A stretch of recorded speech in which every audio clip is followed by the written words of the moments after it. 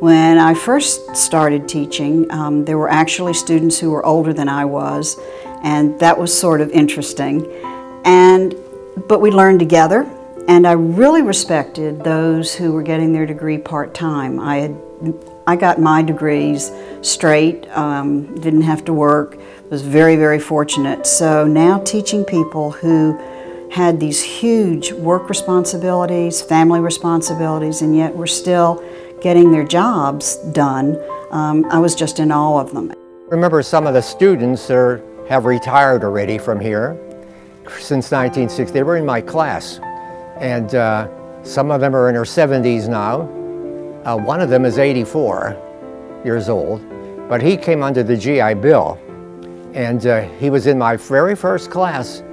I want every one of my students to know that he or she is worthwhile, and each of us has very definite strengths to build on. And I try to encourage them to build on those strengths, not on those weaknesses. You know, education is a mutual relationship between teacher and student. I should learn from them and they should learn from me. So there is that relationship that I've always had with the students. I love having students come back.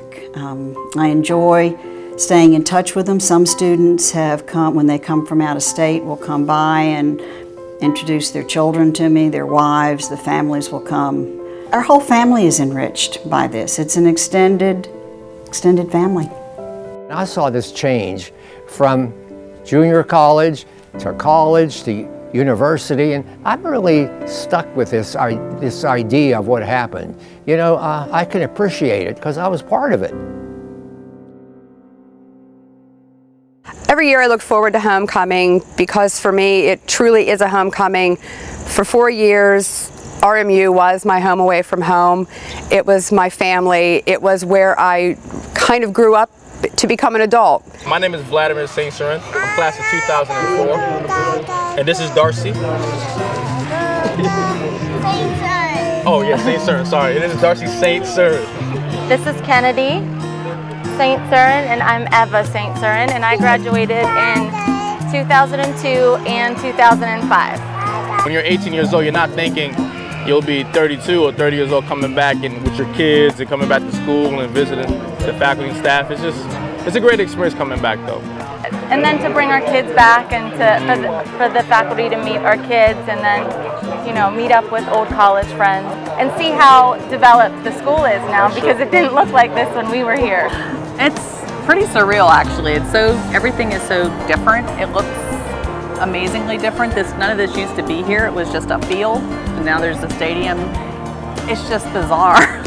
Actually touring the campus when my son was planning to come here, and then to really move him in last week was unbelievable. How much the campus has changed, how much it's grown, and how very different it is.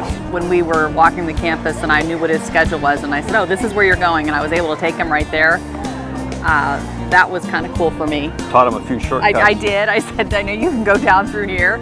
A year can go by, 5 years can go by, and we still are friends. We pick up where we left off. Good times and bad times and births and marriages and everything, and it's just such a close-knit community that we have because of our participation in all the activities at Robert Morris that helped us to grow. I love watching my son go through what I went through 25 years later. Yeah. And starting down that path, so yeah. And maybe he'll meet his wife here. We can hope. I'll end up getting an undergrad, got my master's now. Hopefully I can get my doctoral degree. I met my wife. I have 2 beautiful children. You know, if I never left New York City and come all the way to Moon Township, Pennsylvania, I never would have experienced all this. So I do owe Rob Morris a lot of gratitude. Welcome back to campus. You hardly recognize what this facility was 40 years ago, but it's all owing to the efforts that you and others like you put forward in making this such a special place. Let's have a great weekend.